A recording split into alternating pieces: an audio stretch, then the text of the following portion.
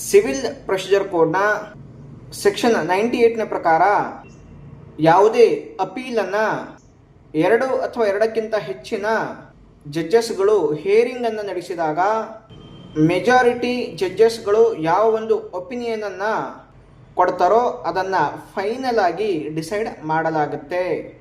ಒಂದು ವೇಳೆ ಯಾವುದೇ ಅಪೀಲ್ನಲ್ಲಿ ಮೆಜಾರಿಟಿ ಒಪಿನಿಯನ್ ಆಗದೆ ಹೋದಾಗ, ಅಂದರೆ ಅಲ್ಲಿ ಈಕ್ವಲ್ ಆಗಿ ಆ ಒಪಿನಿಯನ್ ಬಂದಾಗ ಲೋವರ್ ಕೋರ್ಟ್ ಯಾವ ಒಂದು ಡಿಕ್ರಿಯನ್ನು ಕೊಡಲಾಗಿರುತ್ತೋ ಅದನ್ನೇ ಕನ್ಫರ್ಮ್ ಮಾಡಲಾಗುತ್ತೆ.